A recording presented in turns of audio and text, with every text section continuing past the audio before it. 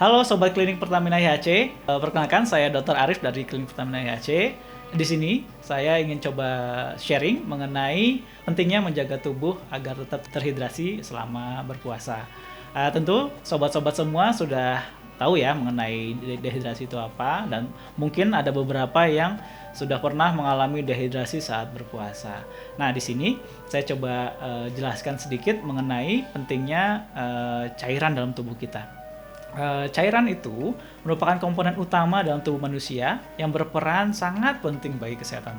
Jumlah dalam tubuh kita untuk proporsionalnya, untuk anak kecil itu 80%, untuk dewasa itu sekitar 70%, dan orang tua atau usia lanjut itu 50%.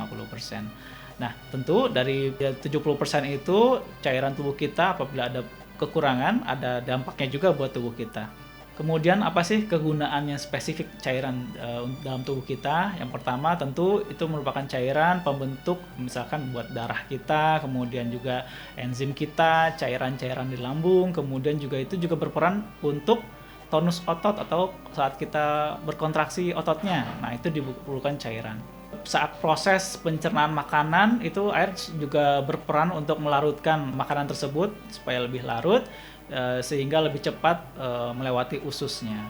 Kemudian juga bisa untuk mengeluarkan sisa-sisa metabolisme yang dikeluarkan oleh tubuh kita. Maksudnya keluar melalui saluran kemih, saluran cerna, napas, dan kulit. Jadi saluran napas juga bisa mengeluarkan cairan ya, sobat-sobat semua ya. Kemudian juga kegunaan lainnya juga sebagai zat pelindung di jaringan tubuh. Terdapat cairan yang berlapis yang berfungsi melindungi organ di dalamnya, seperti otak, mata, medula spinalis atau tulang belakang, kemudian kantong rahim. Cairan juga menyerap panas, jadi bisa mengurangi apabila terjadi suhu yang terlalu ekstrim. Kemudian juga bisa sebagai alat transportasi makanan atau nutrisi dalam tubuh kita. Idealnya, kita mengkonsumsi sekitar 2,5 liter dalam sehari. Kebutuhan ini disesuaikan dengan usia, cuaca, dan kondisi kesehatan. Kekurangan cairan tentu ada beberapa efek abnormalnya dalam tubuh kita. Waktu kekurangan cairan itulah yang kita disebut dehidrasi, yaitu kondisi di mana tubuh kekurangan cairan yang diperlukan tubuh untuk menjalankan fungsinya dalam masing-masing. Kemudian juga apa sih dampaknya? Yang pertama tentu ada rasa haus dan lapar. Mulut dan tenggorokan akan terasa kering. Buang air kecil jadi lebih jarang.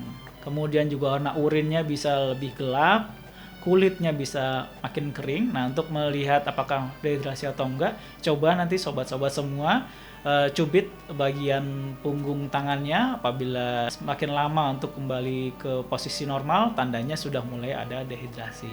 Kemudian juga ada beberapa penelitian yang menyatakan bahwa kalau dehidrasi itu bisa mempengaruhi suasana hati, jadi tidak stabil. Dehidrasi bisa menyebabkan bau mulut, mual dan muntah, ini mungkin yang sudah berat ya.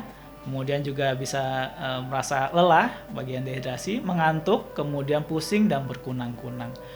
Dan paling ekstrim bisa sampai pingsan.